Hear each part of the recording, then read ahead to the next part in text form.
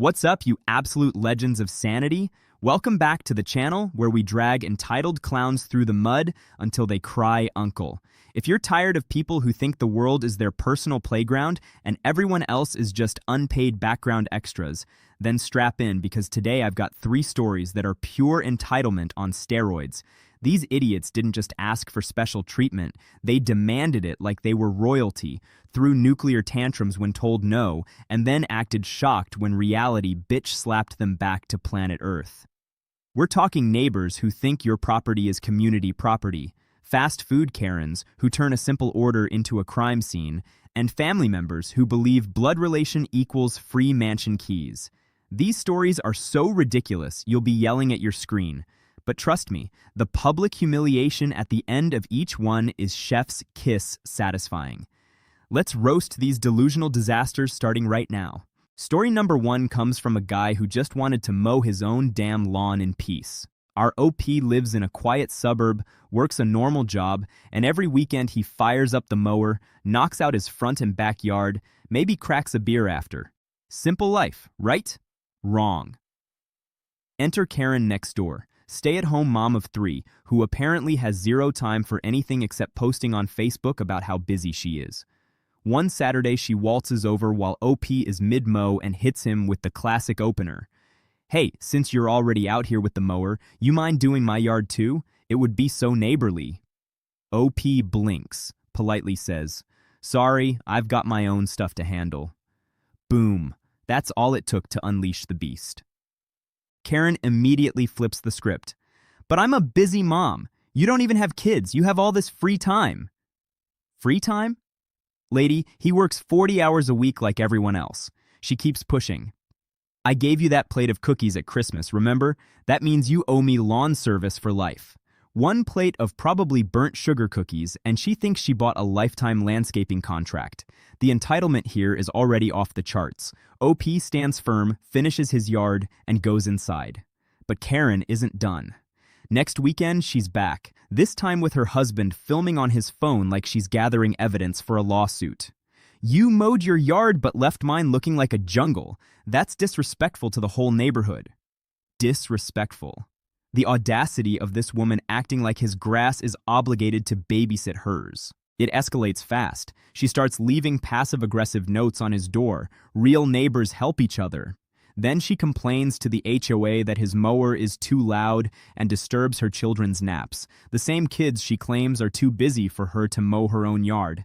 Finally, she crosses the line, demands he reserve the street parking spot in front of her house because my minivan needs priority. OP laughs it off until she literally parks her trash cans in his spot to block him. When he moves them, she calls the cops claiming trespassing. Cops show up, take 1 look, tell her to grow up, and leave. Karen's final meltdown happens right there on the driveway, screaming about how no one appreciates busy moms while the entire block watches from their windows. She even tries the fake tears. "You're bullying me." Bullying? You're the one trying to turn a lawnmower into slave labor. At this point, common sense packed its bags and moved to another zip code. This woman walked into the situation with the confidence of someone who's never been told no without throwing a fit.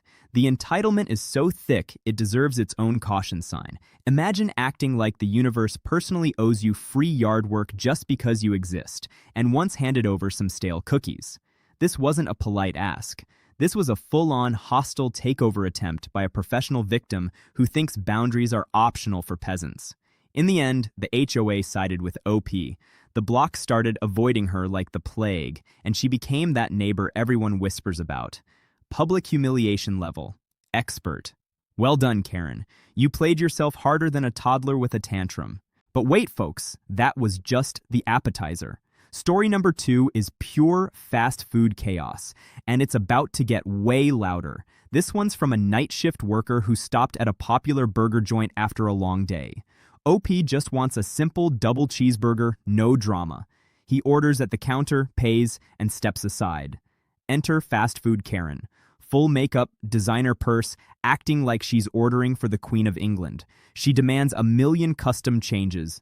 No pickles, extra onions, but the onions have to be grilled not raw, and can you make the patty medium rare even though it's a frozen patty? The poor cashier explains the limitations. It's fast food, not a five-star steakhouse. Karen's response? I know the owner. He'll fire you if you don't do what I say. Ma'am, the owner is probably some corporate guy in an office 3 states away. You don't know him. She keeps escalating like a pro manipulator.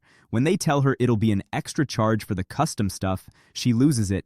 This is discrimination. I'm a paying customer and I deserve whatever I want for free. Free? You're already getting a discount burger, and now you want the kitchen to play chef for $0 extra. The line behind her is growing. People are sighing. Someone starts recording. Karen notices the phones and immediately switches to victim mode. Everyone's recording me because I'm a strong, independent woman standing up for my rights. Rights to what? Free grilled onions? At this point, the manager comes out, calmly explains the policy again. Karen's final boss move? She throws the entire tray of food on the floor, screaming, I'm calling corporate and you're all getting fired. Food everywhere, ketchup splattered like a crime scene, kids in the dining area crying. Security drags her out while she's still yelling about lawsuits and my rights as a consumer. The reaction from the staff and customers, pure applause as she gets escorted to the parking lot. Fallout? Her little meltdown video goes mildly viral on Reddit, the store bans her for life, and corporate actually sends the staff gift cards for dealing with her nonsense. This clown really thought being loud would magically turn her into the main character of a burger joint. The audacity here is massive for someone bringing absolutely nothing to the table except drama and a superiority complex the size of Texas. Some people are not just entitled, they are professionally delusional. Imagine storming a fast food place like it's a Michelin restaurant and then melting down when reality doesn't bow down. This was less a conversation and more a public performance of embarrassment. And the internet made sure everyone saw it. Roasted to perfection. All right, we're on the home stretch with story 3, and this one hits different because it's family. The people who are supposed to have your back, not stab it for a free house. OP and his wife bought their first home together after years of saving.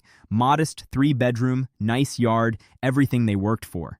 Then wife's sister Tiffany shows up one day with 2 suitcases and a sob story.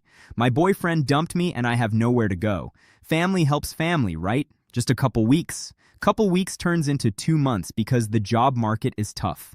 OP and wife are understanding at first. They set up the guest room, no rent asked, just basic help around the house. Tiffany immediately starts rewriting the rules. The guest room is too small for my clothes. Can I have the master bedroom? Excuse me? That's where OP and his wife sleep. She complains about the food. You guys eat too healthy. Can you buy the snacks I like? Then the real demands kick in. Since I'm staying here, I should get the garage spot because my car is nicer. Nicer? It's a 10-year-old sedan. She starts inviting friends over without asking, blasting music at 2 a.m. And when OP says something, she hits him with the guilt trip.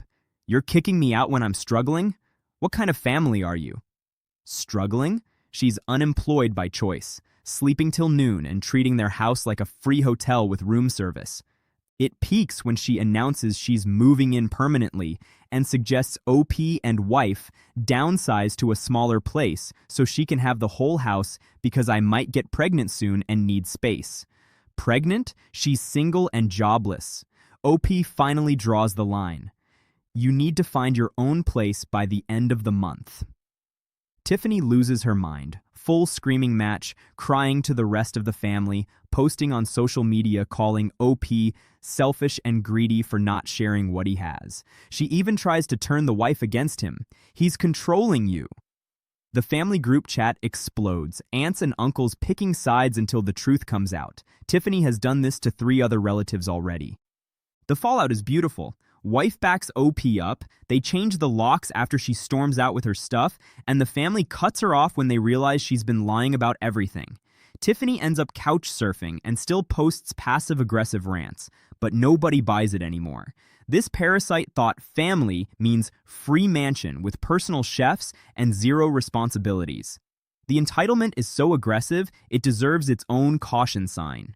She walked in with the confidence of someone who has never been told no in her life and tried to steal an entire home with crocodile tears. This wasn't help. This was a hostile takeover wrapped in fake victimhood.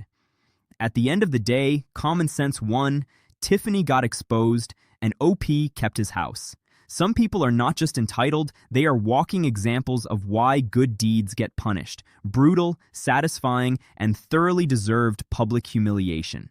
Whew, I need a drink after those three. Three completely different entitled disasters. The lawn-stealing neighbor, the burger-throwing fast food queen, and the house-stealing family freeloader, all thinking the world owes them everything for nothing.